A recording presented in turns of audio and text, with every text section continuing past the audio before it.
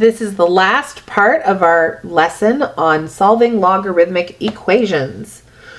So we were talking about using log rules as a way of solving logarithmic equations.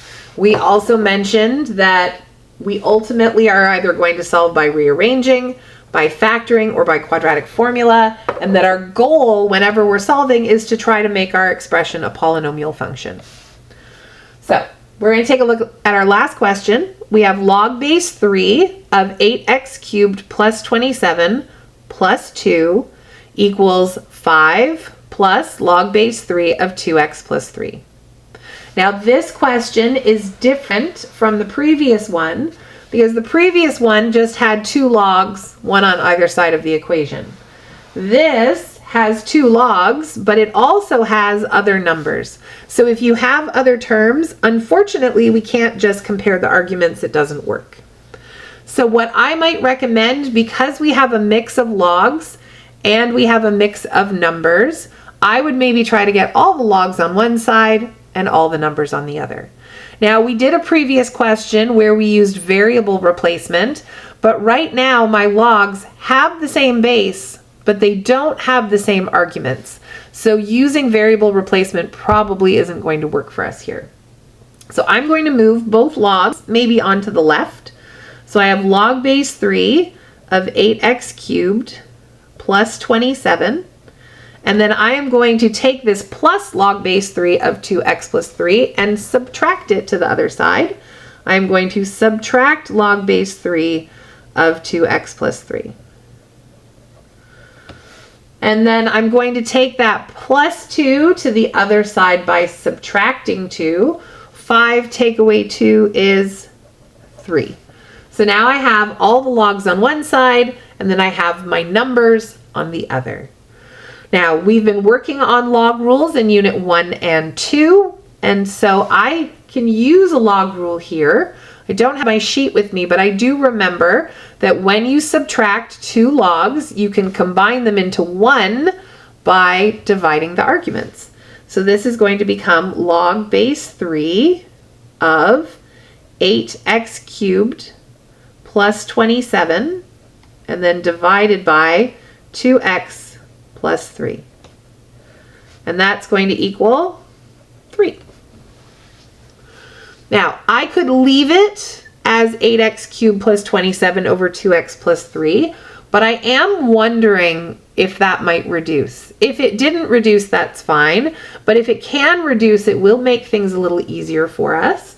So I'm going to think about 8x cubed plus 27. That has two terms. They are perfect cubes and they are being added. So that is actually a difference, right? A sum, because we're adding, of cubes. So I'm going to factor that numerator. I'm going to say this is log base 3 of, I would cube root the first term, that would be 2x. I would cube root the second term, and that would be a 3, and I keep the same sign that it had in the original question. And then we square the first term, that is 4x squared. I would square the last term, that's going to give me a positive 9. And then I multiply the two together, so 2x times 3 is 6x.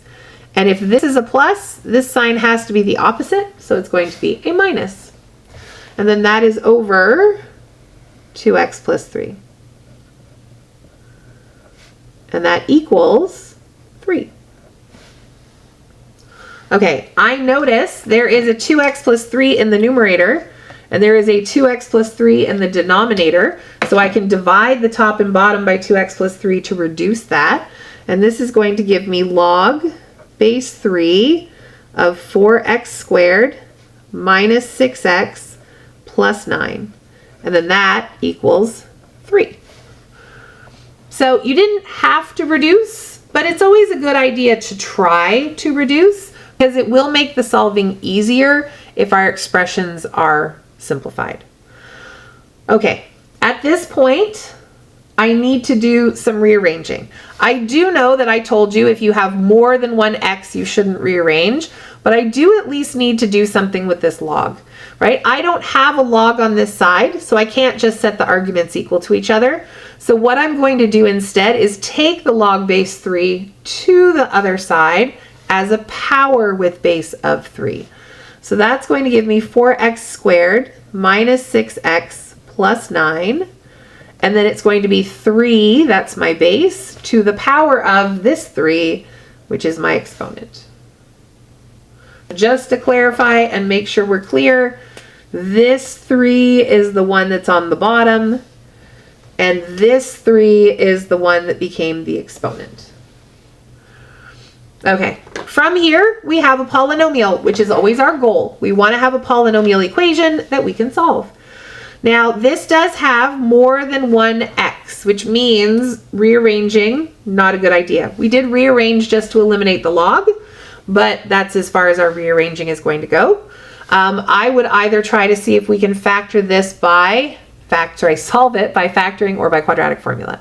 First though, I am going to work out 3 to the 3. So I have 4x squared minus 6x plus 9 equals 27. If I want to use quadratic formula or factoring, it needs to equal 0. So I'm going to bring that 27 over to the other side. So I have 4x squared minus 6x. 9 take away 27 is negative 18. And then that now equals 0 on the other side. Okay, I have 3 terms. I could use quadratic formula. It is the right format, right? It has x squared, x, and a number. So if you like quadratic formula, then that might be a good way to go. Otherwise, I think I'm going to try to see if it'll factor. Taking a look at this, I do see that there is a common factor. Every single one of these divides by 2. So I am going to start by common factoring out a 2. So I'm going to get 2 times 2x squared minus 3x and then minus 9 equals 0. Okay, the 2 is just going to stay out front, and I'm going to try to see if I can factor 2x squared minus 3x minus 9 a little bit further. So I am looking for 2 numbers that add to negative 3 and multiply to negative 18. Things that make negative 18 would be negative 18 and 1. I can't make a 3 out of that. 2 and 9. I still can't make a 3 out of that. 6 and 3. I could make a negative 3 out of that if I did negative 6 and positive 3. So this 2 is a bit of a pain, but we're going to leave it there. This is going to be 2x squared. I think the 6 will go better, so minus 6x plus 3x minus 9. I don't know why I did a square bracket, I just did. And then I do need a square bracket on the next step because we are going to group. So my first pair, they both divide by 2 and they have an x, right? I would need to multiply 2x by x to get 2x squared. I would multiply 2x by negative 3 to get 6x. And then for the 3x minus 9, they both divide by positive 3. I would have to multiply 3 by x to get 3x and 3 by negative 3 to get negative 9. Which means this is going to factor down to 2. And then we have an x minus 3 in common. And then a 2x plus 3 that we're multiplying by, which equals 0. All right, from here we just take each of our brackets or things that are being multiplied, we set them equal to 0. So I'm going to look at what makes 2 equal 0, what makes x minus 3 equal 0, what makes 2x plus 3 equal 0.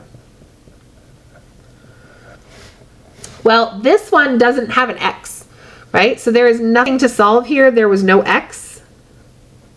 This one does have an x, so I'm going to add the 3 to the other side to get x equals 3. And then 2x plus 3, I am going to subtract 3 to get 2x equals negative 3, and then divide by 2 to get x equals negative 3 over 2.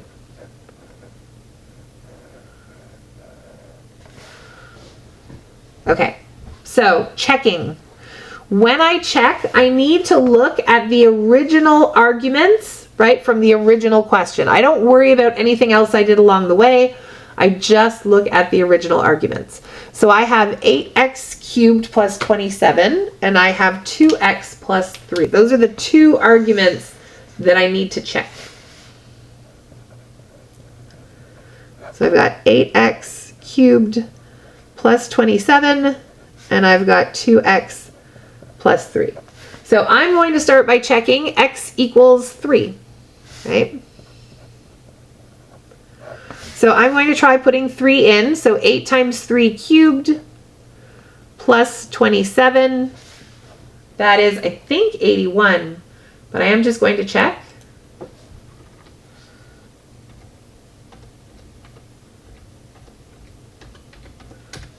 Nope, it's 243. It's a good thing I checked. Now, what matters is that it's not a negative and it's not a 0. So right now we are okay. Then we're going to try it in the 2x plus 3. So I'm going to do 2 times 3 plus 3. That is 6 plus 3, which is 9. Also, not a 0 and not a negative. So it is currently okay. All right, then I need to check the negative 3 over 2.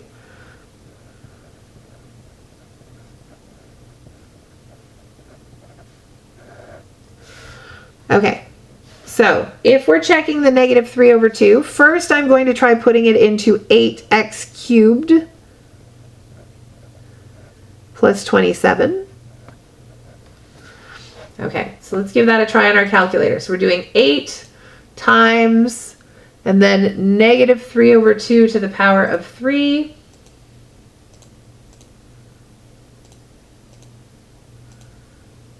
And then plus 27, and I get 0.